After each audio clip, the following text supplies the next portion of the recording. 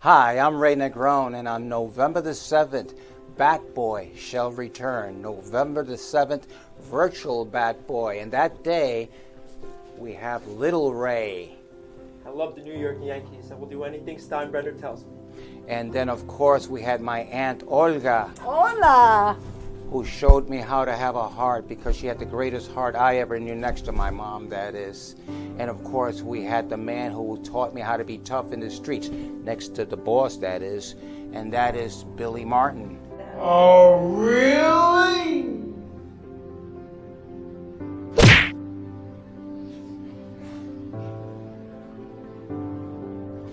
That's right, Ray. And Billy, in essence, I just need to know, I know you were the greatest manager ever, but why did you have to beat up on so many people? No argument there. I'm tired. 20 sold out shows. You keep popping me in the mouth. That's Marshmallow salesman. Marshmallow salesman. Come on virtually November 7th, NYPVG Studios. We're raising money for families challenged with autism and kids that need baseball equipment in the Bronx. Be there November the 7th, virtual, whatever that means. Be there. November 7th. Stay tuned.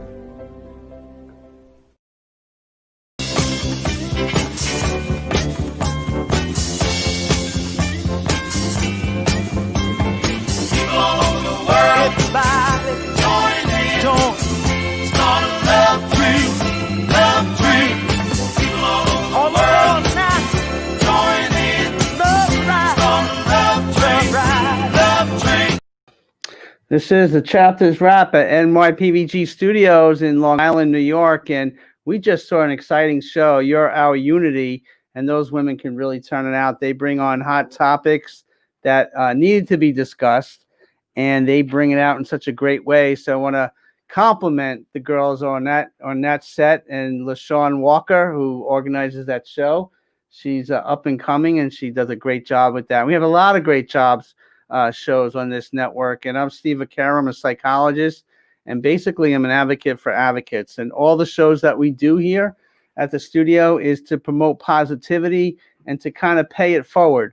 It's a changing world that we live in, and today is election day, so it's a very interesting development here in New York and all across the country. So I hope everybody is out there and voted. And if you haven't voted, you still have about a half hour to go. If you're on the East Coast, that's me this morning. I was in Valley Stream and voted, and I put my pick there. And you have to vote. It's our right to vote. It's a privilege, and it's going to be a changing world after we get the results in, either Donald Trump or Joe Biden. It's going to be interesting development over the next couple of hours. So if you haven't voted, please get out there and do it. If you didn't vote today, make sure you gear up for next year. But voting is so very important. And we have a segment on this show. It's called Good News.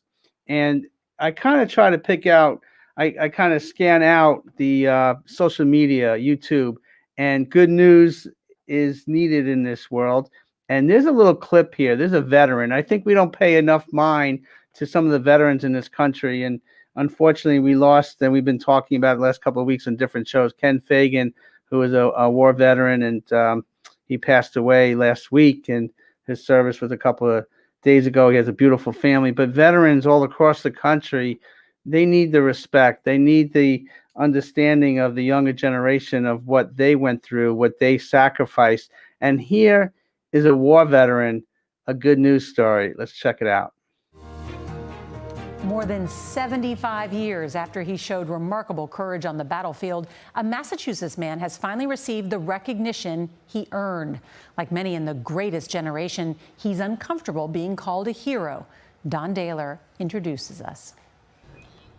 Peter Fantasia has spent his 103 years thinking of himself as an ordinary American, just living a good life. He was the one you went to. He was the one that helped out the neighbors.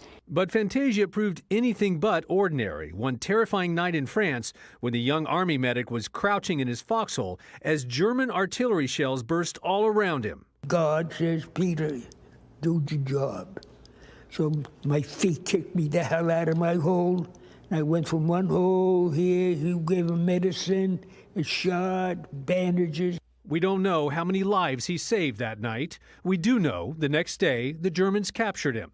He spent the next 6 months as a POW. Didn't make any big deal about it at all. No, still doesn't. Still doesn't. The family was surprised to learn that in addition to a Silver Star for Valor, Fantasia was entitled to 8 other medals that he'd never received. What he did in his life before us, it's breathtaking. Peter, do you want me to pin these on you? Or? So last Monday, after more than 7 decades, technician 3rd grade Peter Fantasia was finally given the honors he deserves. Thank you again. He still doesn't know what all the fuss is about. God took care of me. He made me do the job. And that's it. But his kids say, if you ask this father, grandfather, great-grandfather, great-great-grandfather what he's proudest of, it's one thing. The family. The family. Us. Don Dahler, CBS News, Reading, Massachusetts. We can never give our veterans enough, and Peter turns 104 next month.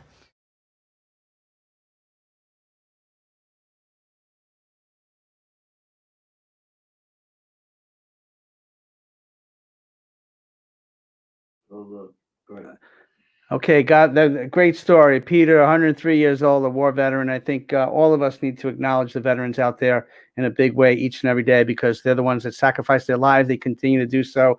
So that's a great story. We want to just promote that. And we just have a little quote. Ashley Blum does her show, Teen Talk, every Thursday. And I kind of like what she does. So we're going to pop up a quote here. People don't always need advice. Sometimes all they really need is a hand to hold, an ear to listen, and a heart to understand them. And I think that's pretty much captures all the shows that we try to put out there. It's all about hope. It's all about listening. You might not have all the answers. If a Democrat or Republican, they certainly don't have all the answers, but we all have to come together in a unified way, not diverse, division. That's not the way to go at all. And this show also provides a platform for other nonprofit organizations, other people that are doing great things. And I've gotten the blessing of meeting so many different people over the years since this show's been in existence for the last 7 years to meet so many people. And there's 2 people I'd like to bring on the show right now, Gina and Vinny Santora from Rescuing Families. They give back in such a big way, and that's them. They do a holiday drive from November 1st to December 19th, and for local families in need, drop-off locations. We're going to get them on the show briefly to talk about what they do. Gina and Vinny, are you there? There you go. Hey, Steve. How are you, man? How are you? Hey, guys. How you guys doing? Good. We're good. We're busy. We're good. But You are always busy. So talk about to our viewers a little bit what you're all about. Well, our organization is Rescuing Families. Basically, what we do, we renovate the homes of the disabled all over Nassau County and Suffolk County. We're licensed contractors by trade, so we donate our times and make these homes livable and accessible for those families. Yeah. And why do you do the things that you do? Because you do it such a big way, and you're helping so many people out each and every day. We do it because, firstly, our families are his family and my family, our blended family. We have disabled family members, so it's a cause very close to our hearts. It touches our family. We're helping families just like ours. And in the contracting business, we've come across so many families that have needed help that couldn't afford it. So we just decided that it was time to just do something. Yeah, we had the skill, and you know what? Why not help these families? They're Exactly. in desperate need. So here we are.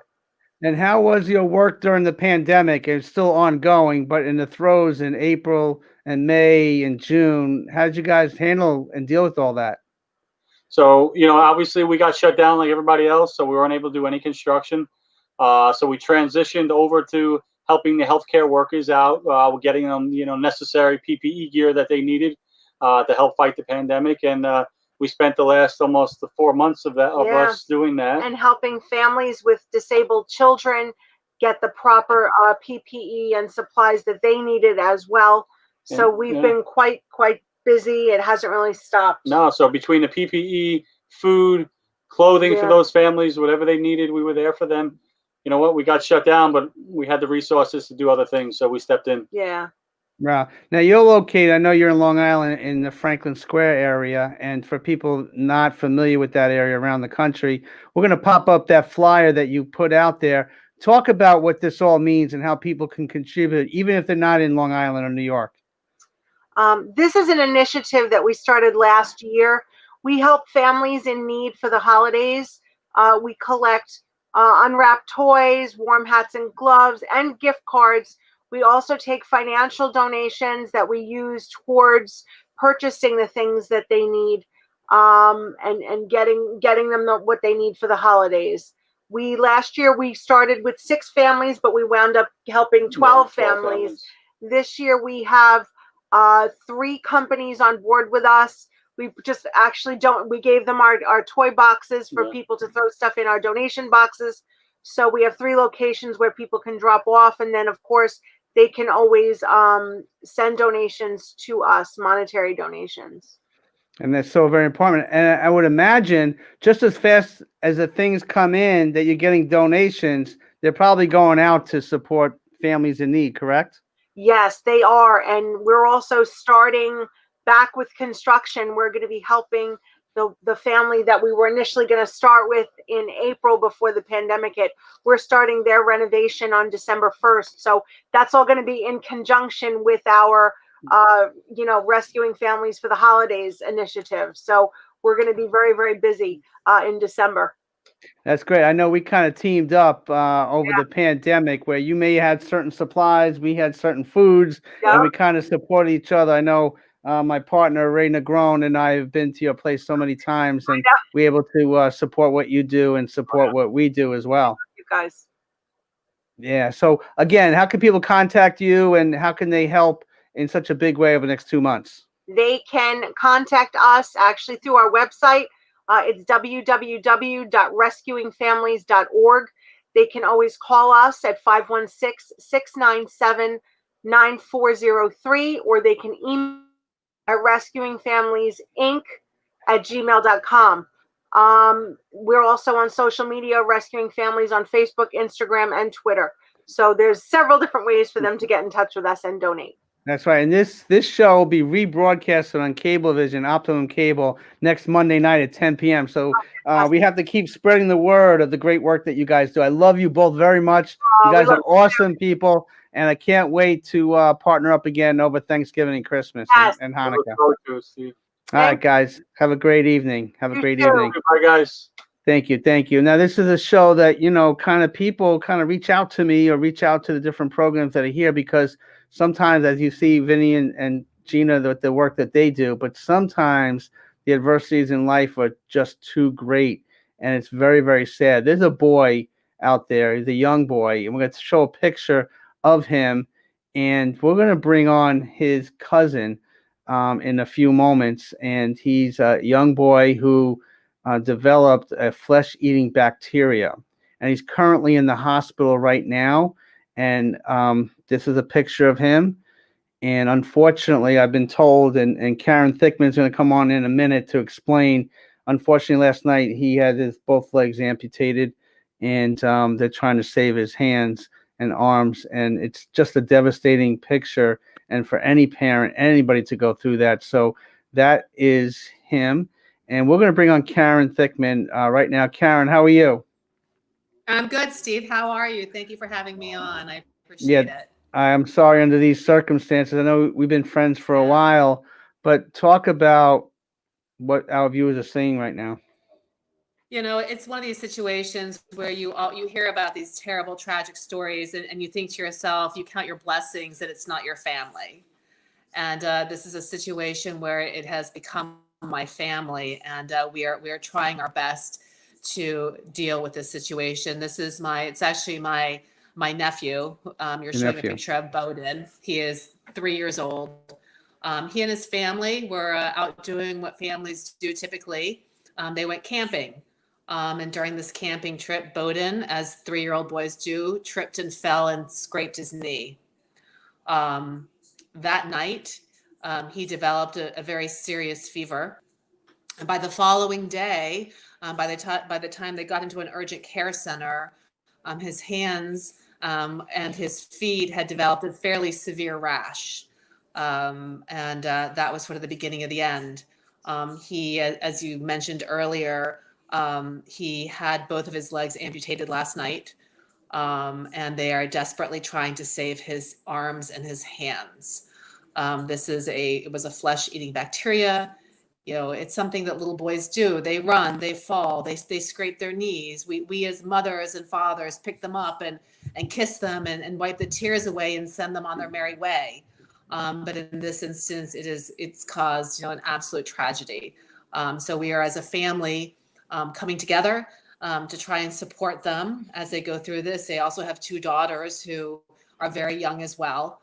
And mom and dad are right now staying in a Ronald McDonald house while they go through this, and the girls are with their grandparents. But it's as you can imagine, and unfortunately I can't even imagine what I would do in this situation. But we are trying to rally behind them, and lift them up in our prayers, and hope that Bowden, which is my nephew's name, is able to emerge from this. It's every day is touch and go.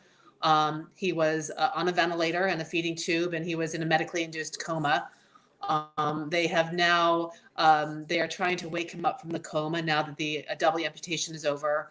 And he's in for a rough time. And, we're praying and hoping that, this road to recovery, while it's not going to be easy, at least hopefully we can help them along their way. Right. And I appreciate it must be a difficult time to come on when it's occurring as his aunt. And I'm sure this is devastating to your family and the people around. And I know you're asking for prayers for everybody out there, but I know you also set up a GoFundMe page. If people were interested in supporting your family in Bowden, how would they go about doing that? So we do have a GoFundMe page set up. It's for 3-year-old Bowden. It is the name of the GoFundMe account, and it's to help support, obviously, any potential expenses that are going to happen. I mean, he's going to need prostheses. There's going to be therapy. There's going to be therapy for the family. There's going to be, we're looking at exorbitant medical expenses. We're anticipating they're going to be over $1 million that insurance is not going to cover. Right. And regardless of where you are in life and what life has dealt you, I mean, this is not what you ever planned for. So, we're trying to rally around him, and we're really hoping that people, see that, this is not something that any family should ever have to go through. It's, regardless if it's your family or my family or anyone's family, it's certainly something that, that we need to rally the troops, and we're looking for our village. We are looking for our village to help this little boy. Well, I mean, our blessings and our well wishes and spirits are with you. What you can do for people out there? You can go to the Chapters Wrap with Steve Vaccaro's Facebook page, and the GoFundMe information is on there. Or you can contact me directly at 516-476-6271. I will forward that information to you if you want to support the family in this tragic situation. And Karen, I know your family very well for a long time, so God bless you, and thank you for having the strength to come up to support and show the love that you have for your nephew. Thanks, Steve. I appreciate it. All right, God bless. A devastating situation that develops in life, and during this pandemic, we see day after day the tragedies and the difficulties and adversities that people are facing, young and old. Obviously, 3-year-old Bowden needs our prayers, and your prayers are needed too. Now, again, this is kind of the community segment of our show, and we have a gentleman, Mike Dempsey, who's not a stranger to the show. He has his own show, Dads and Daughters, every Sunday from 6 o'clock right here on this network. And there's Mike. How you doing, Mike? Good.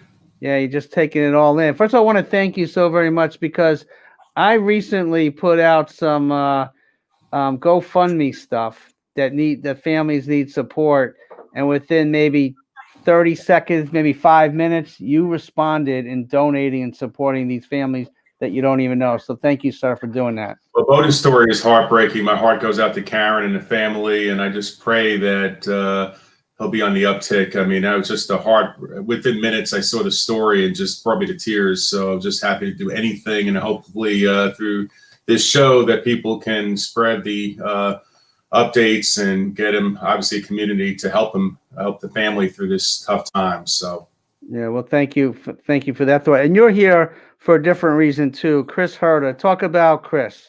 Chris Herder, I met him about 10, 11 years ago. He is the photographer for the Yogi Berra golf outings we've done for 100 years. I mean, obviously that golf outing still continues to this day. Tim Tuffle's golf outing. Chris is the premier sports photographer. There he is with Yogi and Joe Torre, Terrell Owens, Kelly Ripa, beautiful Kelly, Johnny Damon, my friend. And he has donated his time for most of these events without even getting compensated. Just take these amazing photographs. And so he's such a selfless, giving guy. And he's got diabetes and just recently contracted what he thought was a bacterial disease in his foot. And it's developed into something more. And he faces potential amputation of his foot. And he's got a number of surgeries ahead of him that just came on this past weekend. And, you know, what really struck me was Chris is such a giving guy. He even offered to take pictures again at, on his own time and dime for the Jerry Cooney fight boxing charity match I was going to do, which is going to be next June.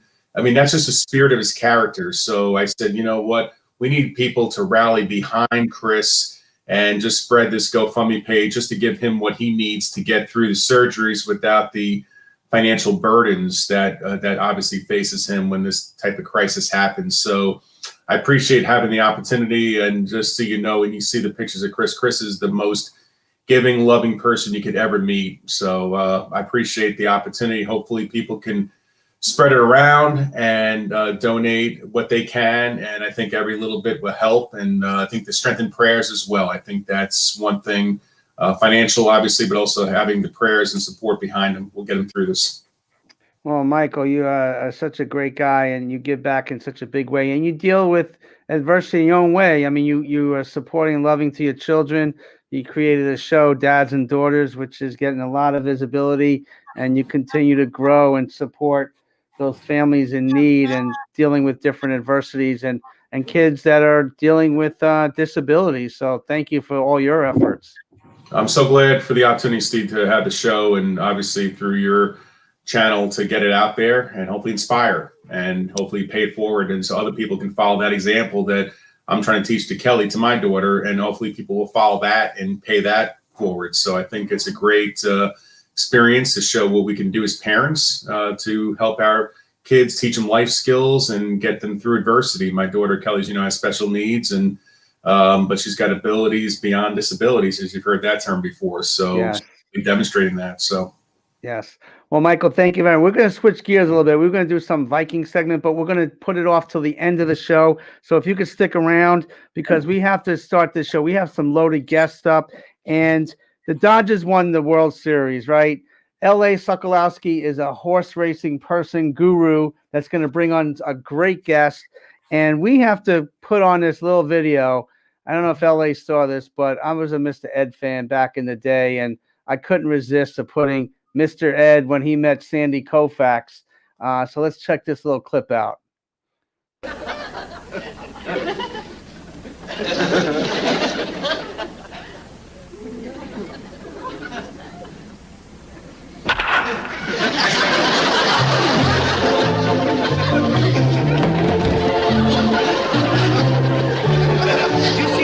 I don't believe it.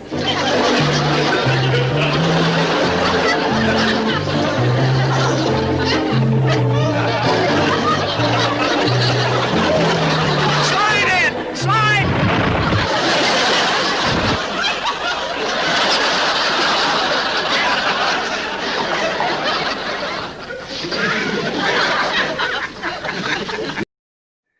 L.A., did you train Mr. Ed? Did you train him to do that?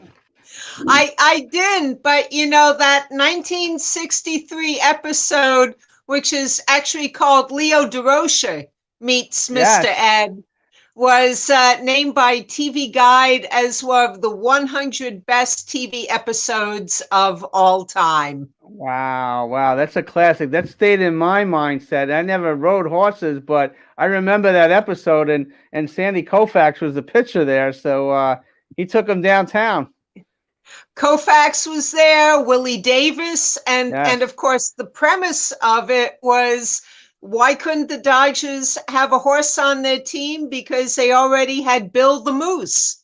That's right. That's right. And I couldn't think of a better segue on election day to bring out Mr. Ed to bring you onto the show, LA. So thank you so very much for all that you do. And I hope you voted today. Oh, I voted back on the 24th on the opening day of early voting for New York State. So I was in line the first hour of the first day. And what's trending today, I'm kind of going along with the rest of the gals, and we're wearing our pearls in remembrance of RBG. Yes, yes. Well, I want to thank you. We met a couple of years back in upstate New York. We were just tuning in the Chapter Draft for the first time. LA is a sports journalist who focuses on horse racing. She does great training with horses.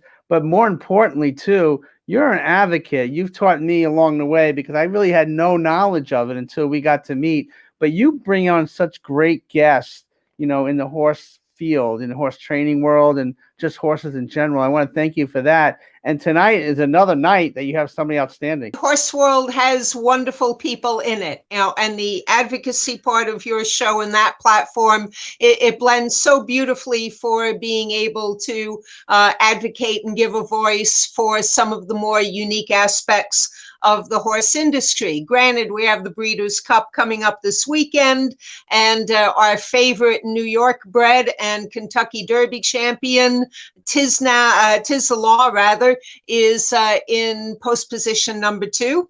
So he's favored for the Breeders' Cup Classic. But also there are other corners of the horse world. For instance, a discipline called para-dressage. And what this is it's dressage. It's the discipline of the training of the horse and rider that many people may remember from such films as Disney's White Stallions. This is the Spanish riding school type of riding. But just because you are differently able does not mean that you can't have a connection with a horse and perform all the way up to the Paralympic level. So I have the great good pleasure of bringing with us today a young woman, Veronica Gogin, who, when she says that she's going to have Team USA on her jacket and next to her name on a scoreboard, you better believe it. This is our brand newly minted para-dressage national champion. She likes to joke that she has 2 chronic diseases. One is horse fever that she's had since a kid, and multiple sclerosis, which she has had since the diagnosis at age 17. And she's just an incredible young woman. She rides a 28-year-old American warm blood, provided to her by a dear friend, and she really embodies both community, horsemanship, and the can-do spirit that just because you're differently abled does not make you disabled. So please join me in welcoming Veronica to the show. Veronica, well done. Thank you so much. Thank you. Thank you for joining us on the show. It's so good to be here. I'm so excited. Thank you. Thank you. And what's your relationship been with LA over the years? So I just met LA very recently through a mutual friend. Okay. So this is a new relationship. Nice. Nice. It's all about networking during this pandemic. Have you and your family been safe, and how has that affected your profession at this time? So we have been incredibly blessed. We have not been touched by the coronavirus. And I've got 2 little boys. I've got a 5-year-old and a 3-year-old. And so it's been an interesting summer to have them home all to ourselves. Wow. And talk about, this show, I'm a psychologist by trade. So it's always about overcoming adversities. If you could share a little bit to our viewers, especially the young viewers, what gave you the strength to overcome the adversities that you faced in life? So I was diagnosed with MS at 17, and it was a slow progression to where I am now. It was a slow progression to walking with a cane. When I was pregnant with my oldest, I started walking with 1 cane. And by the time my youngest was 1, I was pretty much dependent on a scooter community living. And so that part was actually pretty fast. And it's just not in me to stop. It's just, no has never been a word that I really took favor to. And so I have just fought, and it's a hard thing to articulate because it's just something that has always been in me. And then when I started riding, I found out that there was a discipline to compete, and I couldn't believe it. And I just thought, this is how I'm going to fight. This is what this is my venue. This is my theater. And how your day-to-day routine must have been pretty intense to get to the point where you were riding competitively. It was a very slow start. When I first started, just getting on took 4 people and a saint of a horse that was at a therapeutic riding program. And it took about 3 years of just every week, 3 to 4 times a week, never accepting no, wind, rain, snow, sleet. And I loved every minute of it, even when even when it was hard, when it seemed like there was no way. The only way was to show up. And so I showed up. Wow. And LA, that's pretty inspiring. It certainly is, and she's right. She has a saint of a horse, and we'd love to hear more, not only about Christopher Robin, but you were also in Long Island recently and visiting the folks at Palomine over in Comac. So would love to hear a little bit about that and what you look for in a saddle for paradressage, and how that differs from what we might normally look for. So Robin is, he's 27. He is a Lassie style horse. He has intuition that spans species.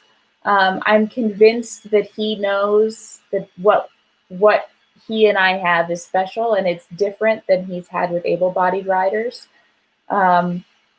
I don't think he would do for others what he does for me. And I'm just grateful. And I pay him handsomely in peppermints. That's his payment of choice.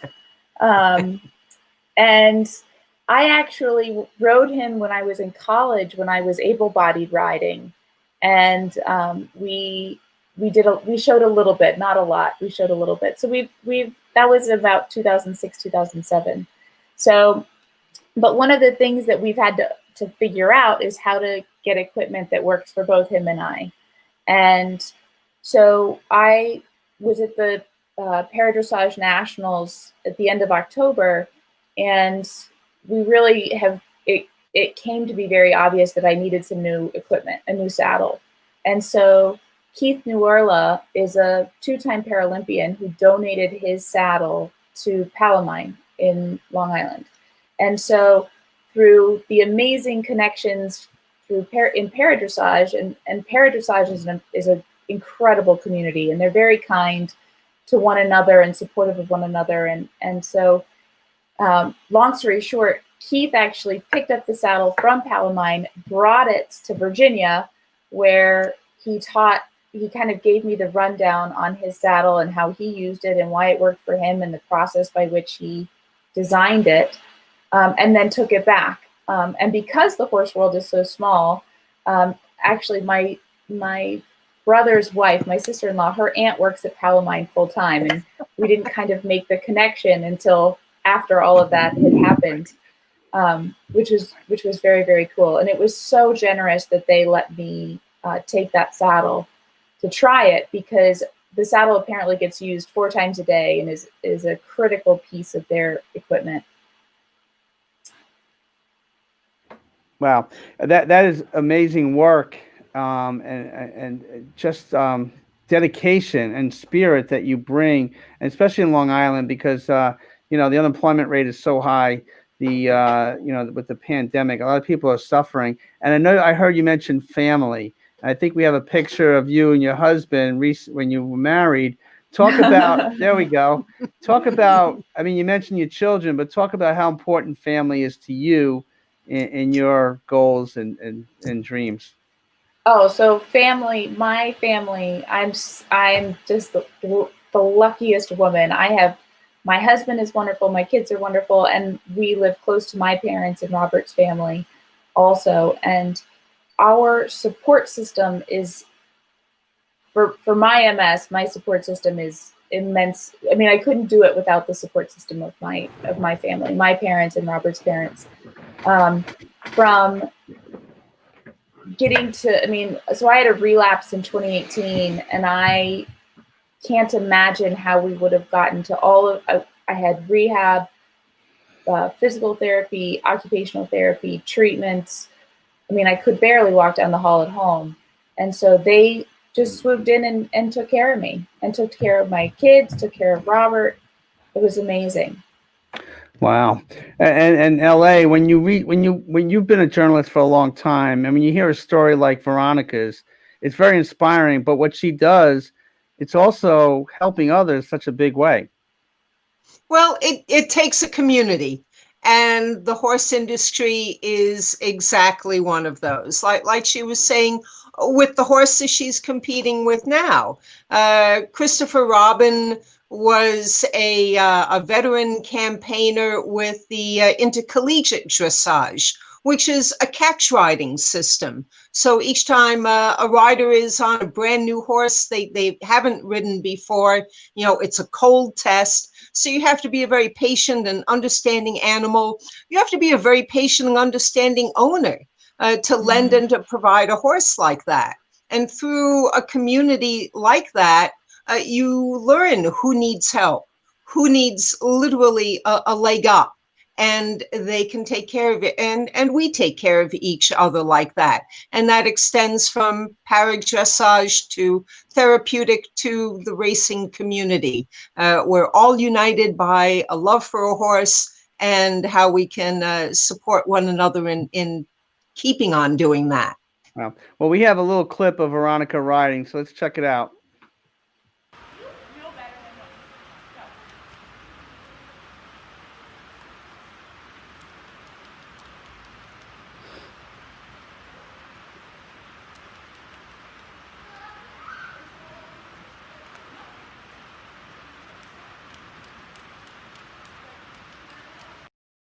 So it's a little snippet, but that's from my very early days when I started in therapeutic riding. Okay, so you've overcome a lot. So what is your goal for 2021, and what advice can you give young people that get into horse riding or even therapeutically to be around horses? What would you say, Veronica? Find a place that lets you do as much as you want to do. And that can be hard when you have a different ability than anybody else. Right. Because you get marginalized when you show up with wheels, or when you show up with walking with canes, or, you know, they kind of want to put you in a corner and go, oh, well, you're going to go over here and you're going to do a pony ride. And if you want to do more than that, find that place. Find where they're going to let you do more and be more, because it's easy to accept it and you don't have to. Wow.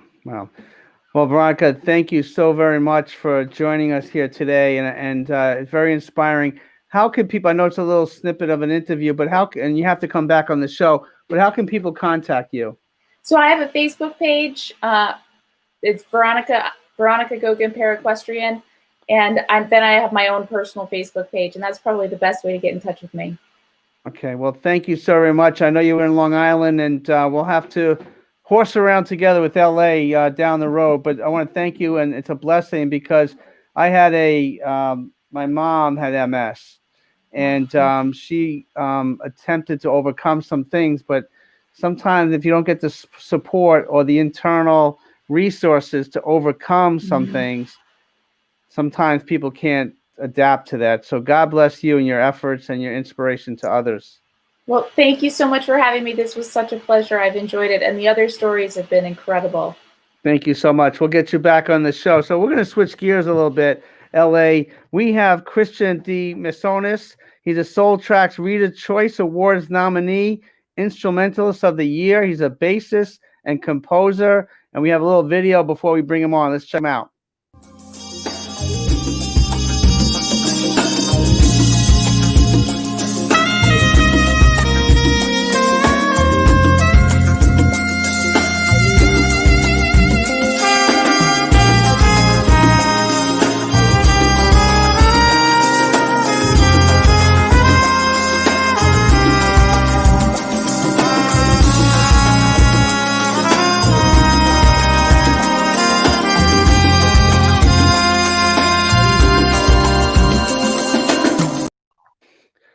Big New York, how you doing, buddy?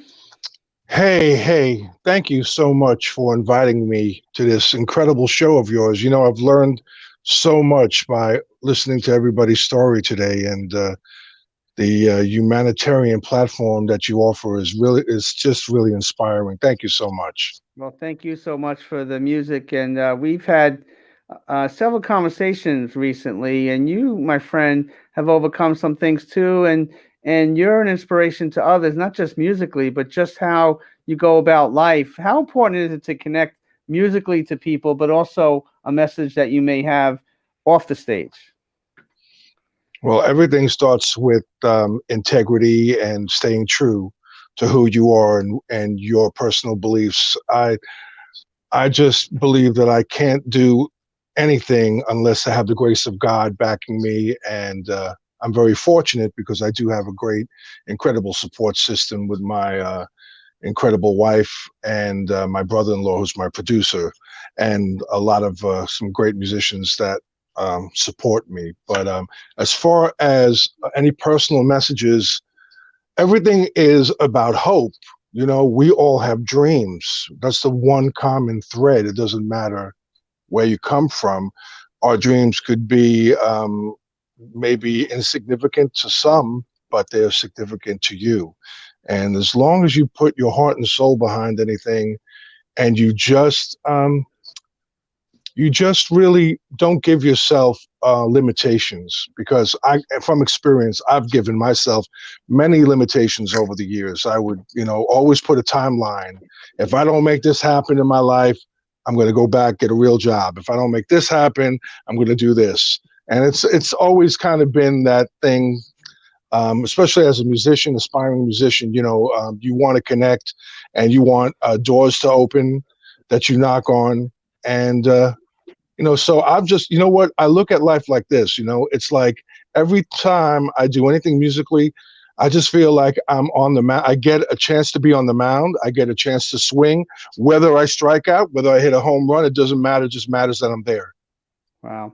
And our conversations, the last couple of times we've talked, you're very down to earth. You kind of have that soothing conversational style. And today we talked about today, you mentioned your father-in-law who's struggling right now, right?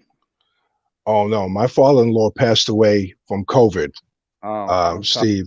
And I can tell you, when I share that information with many people just don't know what to say unless they've been affected by COVID, like that way. It was devastating.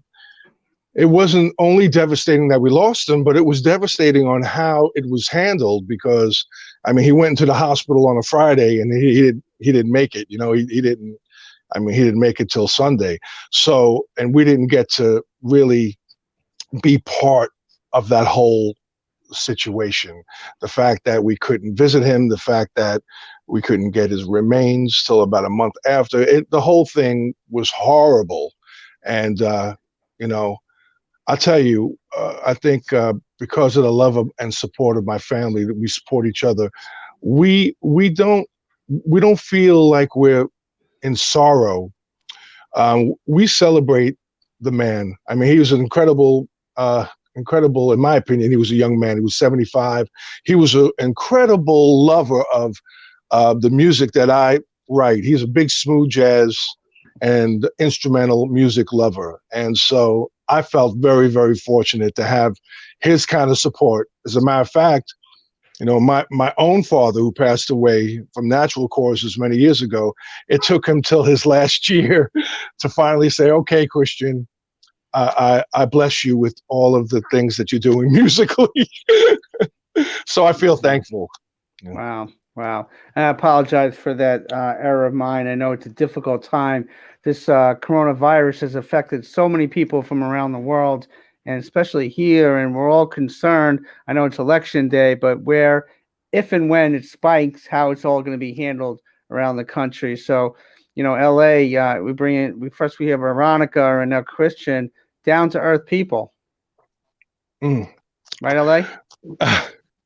Very, very, very down to earth.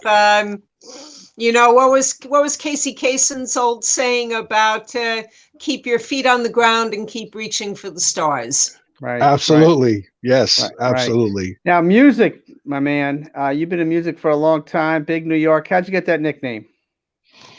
It really happened when I left New York, because the reality is that many people sound like me in Brooklyn. I mean, I'm born and raised in Brooklyn in Sunset Park, you know, and when I left New York in '95, I left New York to work in the music business with my brother, who owned a chain of record stores. So his chain started in Richmond, Virginia, and that's where I moved to. And I could tell you it was, in my opinion, I love New York, but moving to Richmond was almost like Dorothy in The Wizard of Oz. When she opens the door, she's in black and white, and she opens the door and it's color. Yes. Because I just felt like the lifestyle of living in Richmond was just way, way different and way easier, you know? Right. So I worked in the record stores, and some guy, just one of my coworkers, just said, "Hey, everybody, give it up for big New York." And that was it. It just stayed with me. That was it. Well, we have another musical clip we're going to show our viewers out there to get a little more thoughts on your sound and your music ability. So let's put that up on the screen here.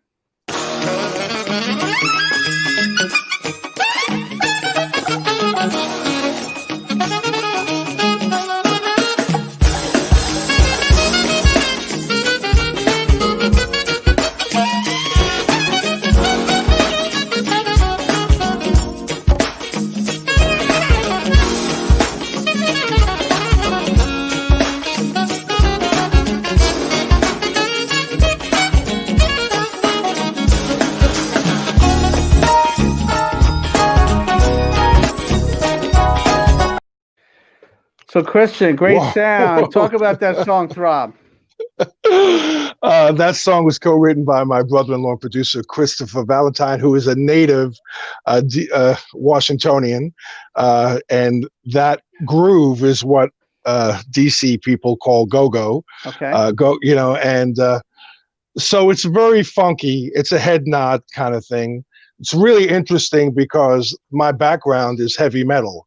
So I grew up, I actually, you know, you're from Long Island, and I actually played at a place in Hempstead. Oh my God. I think it was called February's, and it was in a heavy metal band. I did heavy metal for years. I played at L'Amour's in Brooklyn, which is a big name heavy metal capital of the world. And I opened up for Twisted Sister and White Lion and all of these big heavy metal bands. But the reality of me playing this kind of music, a turnaround in my life, just I can't.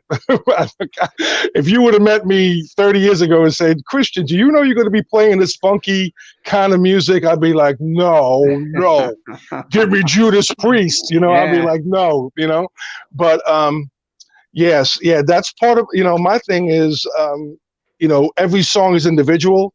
So like when you buy my record, which came out in February 2020, did very well for me. It yielded a top 10 hit called Big Tall Wish. And actually I had a lot of singles that yielded top 30 hits on Mediabase and Billboard and off that album. But the album is like a journey. So each song is different. I mean, you played a little bit of Sweet Night, which was real smooth jazz. You played Throb, which is really funky.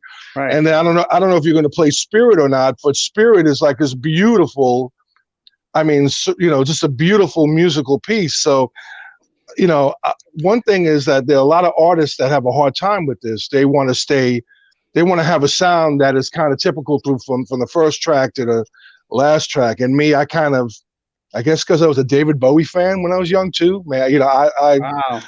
I kind of go back. I do Latin soul and I do funk and I do R&B and fusion. And it's weird because you're talking to me right now, Steve, and I don't know if I have a timeline, but listening to everybody else's story, I'm like, Steve, why do you want to bring me on? I wish I mean, I know. I sit here. I don't even know what I'm doing anymore. So because there's so many talented, great people out there, like yourself, like LA, like Veronica, and all the other people came before you. But this is what we need to do. Music is healing, right? It's therapy. So we need guys like you. There we go.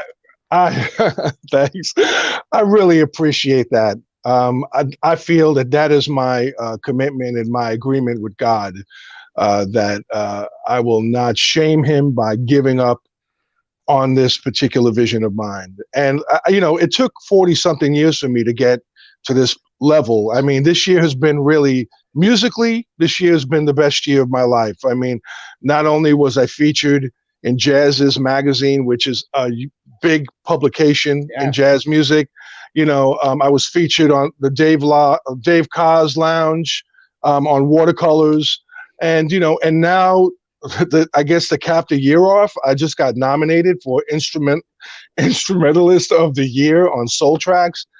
Don't ask me how this works, because like I said, I've been knocking on doors for years. I mean, like boom, boom, boom, boom. Is anybody there? Anybody there? Does anybody care? I've been doing this show for 7 years, so I got to keep knocking for another 10 more years, right? For somebody to hear me. Is that it? Well, guess what, Steve? Yes, you do. And the fact that you've got how many followers now? I looked. You've got like 5,000 followers on your page, right? Yeah. So you're going to have to quadruple that. I know. You're going to have to do 2,000, 3,000 a year. So by the time you get to be a young man. Well, that's why I bring guys like Ray Negron on, because he knows everybody, and then between us we can do some good stuff. But Christian, I want to thank you very much. This is just a nice break, and I apologize because there's not a lot of time, but we want to get your music. But how can people contact you? Because you are going to come back on a different show. But how can people contact you? Well, it's really easy. I am on Facebook all the time.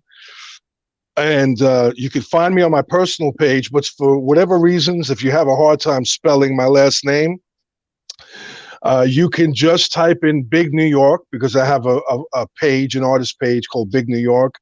And I also have a podcast page. I started my podcast due to the fact that we've had downtime. I've had to try to keep myself busy. So I've started this podcast called We Sing the Bass Electric. And I invite bass players from all genres to share their story with listeners. I just launched it October 30th. My first guest was a rock legend by the name of Felix Robinson from the band Angel. Yes. But one of my guests that's coming up is from your neck of the woods, Long Island legend Joe Bouchard from Blue Oyster Cult. Do you know? Yeah. Remember Blue Oyster Cult? Oh, yes. Don't Feel the Reaper. Yes, right? yes. Godzilla. Yes. There we go. My first concert was Black Sabbath and Blue Oyster Cult at the Nassau Coliseum. Hey, there was some funky smell going on there. I don't know what that was. It wasn't hot dogs. Yes, you know what it was. LA. This is what happens. I was just going to credit you for the literary connection to Walt Whitman with singing the bass electric. But no, Godzilla, that's boy rock. You guys go have fun. There we go. Well, Christian, I want to thank you so very much. We're going to see you down the road real soon, okay? Thank you so much. I appreciate it. Okay. God bless you all. Thank you. We don't have a lot of time. I had to choose between New York Minute and Purple Pride segment, which we're starting. We're going to go with Purple Pride. And because I have two guys out there, Mike Dempsey, there we go. I'm a Viking fan. We won. We beat Green Bay. I'm going to bring two guys out here, Mike Thickman and Mike Dempsey, who are not Viking fans, but I stick up and represent all the Viking fans around there. So, Mike, you're a Dolphin fan, right?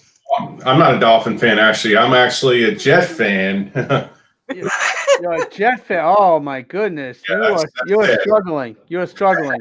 I am struggling. Yeah. So talk. Yeah, but Seth Meyers makes the Jets a good fodder for his comic routine pretty much every night these days. That's Well, right. That's right. Steve, I got to tell you is that, I was this morning, I had a free agent tryout with the Buccaneers in 1995. There was a guy named Hardy Nickerson who played linebacker for the Tampa Bay Buccaneers. And I was an aspiring linebacker, and I got cut, injury settlement.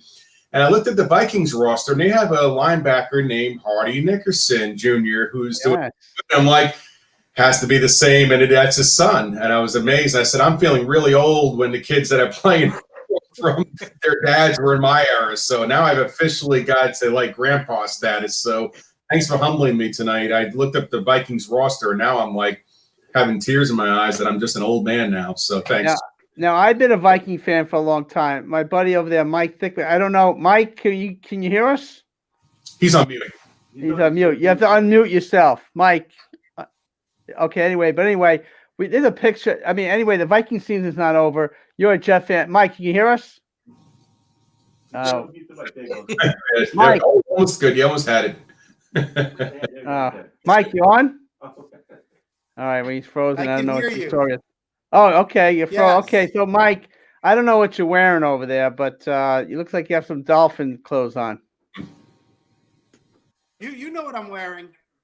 I'm trying to see. I happen to be sporting the jersey of what may be the hottest team in the NFL right now. The Steelers? I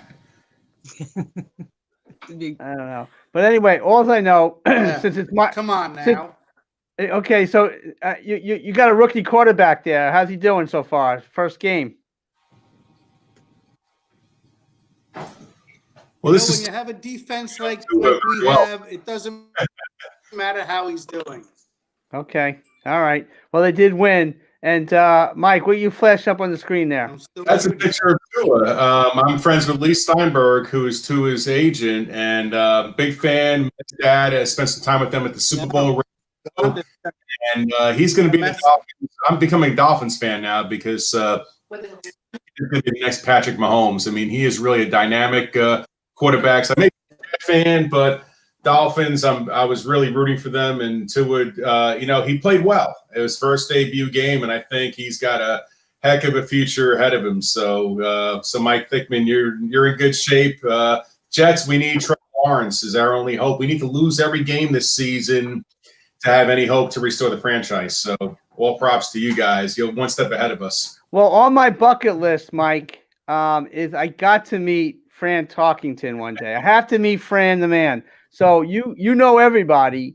So I'm counting on you to bring me Fran Talkington one day. There we go. There's my Viking garb. So it's my show. I got to show that a little bit. But can you bring Fran Talkington? Can I go with you one day to meet Fran Talkington?